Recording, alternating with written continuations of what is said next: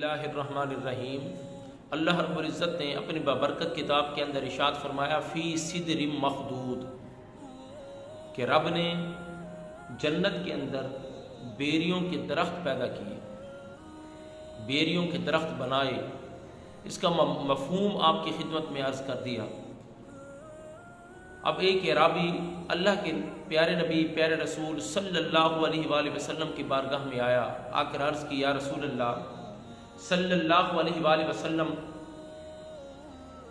اللہ رب العزت نے اپنی بابرکت کتاب کے اندر بیری کے درخت کا ذکر کیا، تذکرہ کیا، اور رب کعبہ نے ارشاد فرمایا کہ جنت کے اندر بیریوں کے درخت ہوں گے۔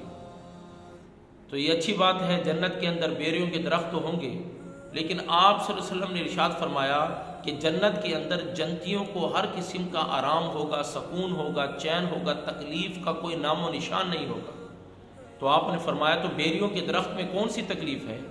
عرض کی یا رسول اللہ صلی اللہ علیہ وآلہ وسلم، آپ کو علم ہے کہ بیریوں کے درخت کے اوپر کانٹے ہوتے ہیں، اگر کوئی بیر توڑے تو اس کو کانٹا لگ جائے تو جنت کے اندر آرام کہاں سے آ گیا، سکون کہاں سے آ گیا، اس کو تکلیف تو پہنچ گئی۔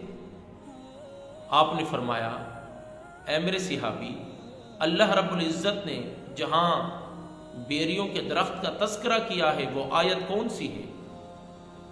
وہ آیت یہی ہے نا کہ رب کعبہ نے ارشاد فرمایا فی صدر مخدود، کہ بیریوں کے درخت ہیں جنت کے اندر، بیریوں کے درخت جنت کے اندر بغیر کانٹے کے ہیں۔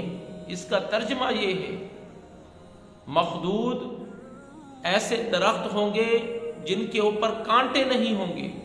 بیریوں کے درخت تو موجود ہوں گے لیکن ان کے ٹہنیوں کے اوپر کانٹوں کی جگہ اللہ رب العزت ہر پھل پیدا فرما دے گا، اور وہ پھل اس طرح ہوگا کہ وہ پھل جب پک کر پھٹے گا، اس پھل کے پھٹنے سے اندر سے رنگ برنگی رنگ نظر آئیں گے، اور ہر رنگ دوسرے رنگ سے جدا ہوگا۔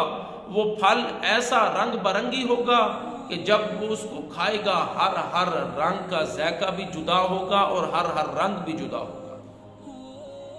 اب عرض کی یا رسول اللہ صلی اللہ علیہ وآلہ وسلم، میرے دل میں یہ سوال تھا، میں نے آپ سے سوال کر دیا کہ آپ نے فرمایا کہ جنت کے اندر چین و سکون ہوگا، تو یہ سوال آیا کہ کانٹے بھی تو موجود ہوں گے۔ اب آپ نے میری تسلی کرا دی۔ بولا ہم سب کو ایسی جنت کی تیاری کرنے کی توفیق عطا فرما، وما علینا الا البلاغ۔